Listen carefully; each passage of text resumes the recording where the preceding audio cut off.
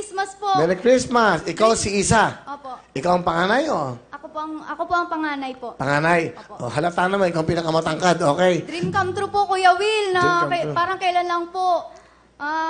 Nanonood po kami sa TV ngayon. Kami na po yung pinapanood po. Oo, napanood ko rin kayo. Okay. Okay, ikaw si Isa. Opo. Ilan kayong magkakapatid? 5 po kami magkakapatid. So, may dalawa pang bata. Nasaan yung dalawa? Nandun po sa bahay po. Sa bahay. Kayo ang nanay. Opo, ako po, Kuya Will. Okay. Okay. Okay. Hindi. Okay, sige. Ano ba mga pangarap? Ano pangarap mo, baby? Maging teacher po. Teacher, ikaw, Nicole. Maging chef po. Chef. Ang galing. Ikaw? Maging singer po. Ikaw naman, nanay. Ano pangarap mo? Pangarap ko na po makapasok kami dito, Kuya Will! Alam mo, dream come true na lang mga anak ko to, Kuya Will. Kahit hindi pa ako nakatira dun sa bahay po nila. Kasi po, iwalay na nga po kami ng asawa ko po. Opo. Pwede matanggalin yung mga ton. Naiilang ako eh.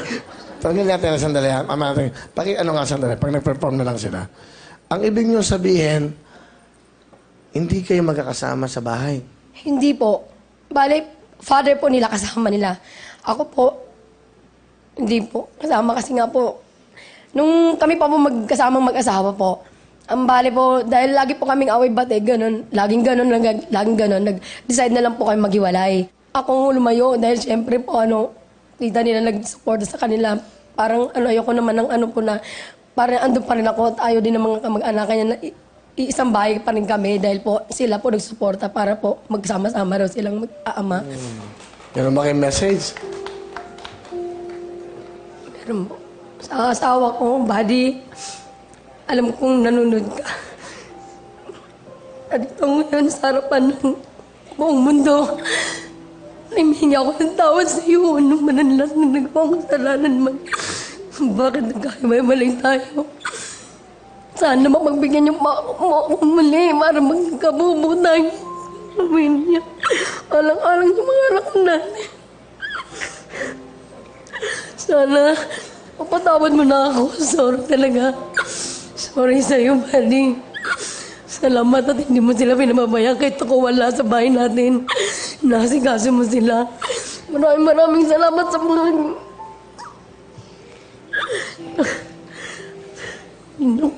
If you don't mind, ano ba naging kasalanan niyo sa asawa niyo kung inyo pong mamarapatin? Kasi po nung pa po kami, napabarkada po kasi ako ng mga mapabarkada eh. Siyempre, lagi po nag-aaway. Sa mga kabarkada ko, parang doon po ko yung na-relax ko yung isip ko, ko yung mga, parang yung sarili ko na parang nakalimutan ko mga problema. Pero mali pala, yung pala magpapalala pala ng kalagayan namin. Lalo na wala ang pamilya namin nagkagulo-gulo. Yun. Sana pagbigyan mo akong mali. Para lamang sa mga anak natin. Malalaki na rin sila. Kuya, sana patawarin mo na ako. Ilam mo ko yun. Papatawarin ka nun.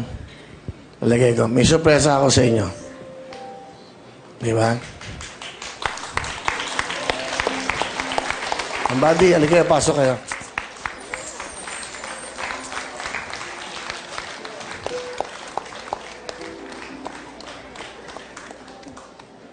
Alin ito yung pamilya naman.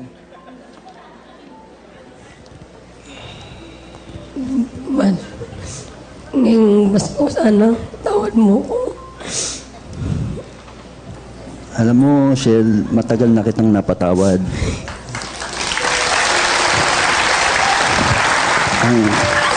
Ang akin lang, gusto ko lang mapasaya. Dahil Pasko ngayon, darating na Pasko, mapasaya ko ang mga anak natin kasi hindi ko kayang ibigay ng material na bagay sa kanila. Ito ang pinakamagandang regalo ko po sa kanila, sa inyong pamilya. Papatawad mo ba ako?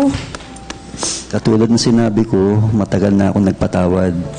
Ang Diyos nga ay nakakapagpatawad, ako pa kaya. Pero paano yung pamilya na sabi nila na gusto nilang magkasama-sama tayo ulit? Para sa akin, hindi ko masagot ng ganong kadalian, pero napapag-uusapan naman natin yan.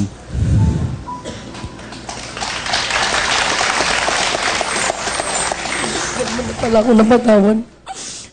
Saan? Ngayong Paskong hindi ko makakalimutan. Salamat sa'yo. Huwag ka na lumuhod. Hindi naman ako... Salamat sa'yo. Salamat. Salamat sa'yo.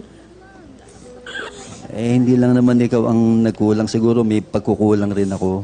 Wala namang perpektong tao. Kaya ang importante, kung ano man ang mga hindi natin pagkakaunawaan, siguro nagkaroon na tayo ng lesson.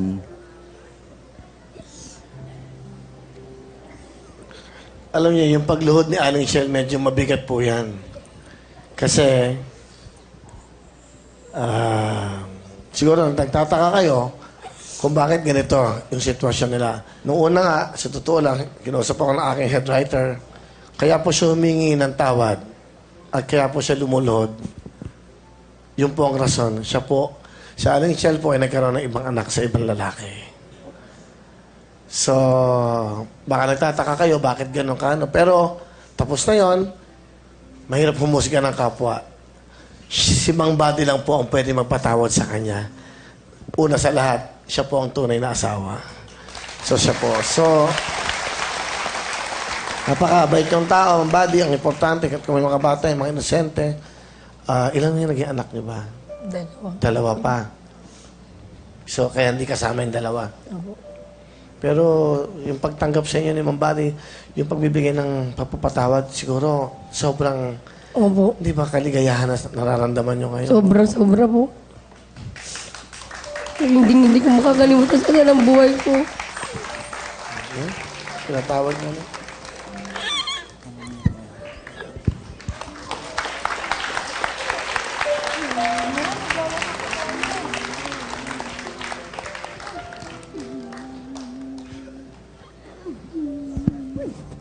Salamat, Kuya Will, sa programang ito at nakakapagbigay saya sa tao at sa pamilya na dating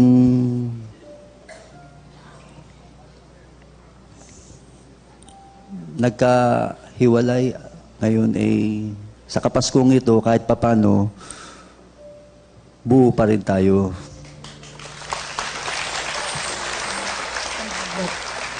Maraming salamat sa iyo, man. Okay. Palapakan po natin ang pamilya Arevalo. Sige po, Mang Buddy. Salamat po sa inyo and nice to meet you, ha? Siguro po, Salamat. panoodin nyo na lang yung pamilya nyo at ikaw. Salamat. Palapakan natin si Mang Buddy. Napakadakilang. Okay lang yan, Alishel. Ganun ang buhay, eh. Ganun talaga. Parte ng buhay yan. Okay? Okay na ba kayo? Opo. Palapakan natin ang dakilang pamilya at lalo ang pinakadakila ay ang kanilang ama. Ito po, please welcome Arevalo family.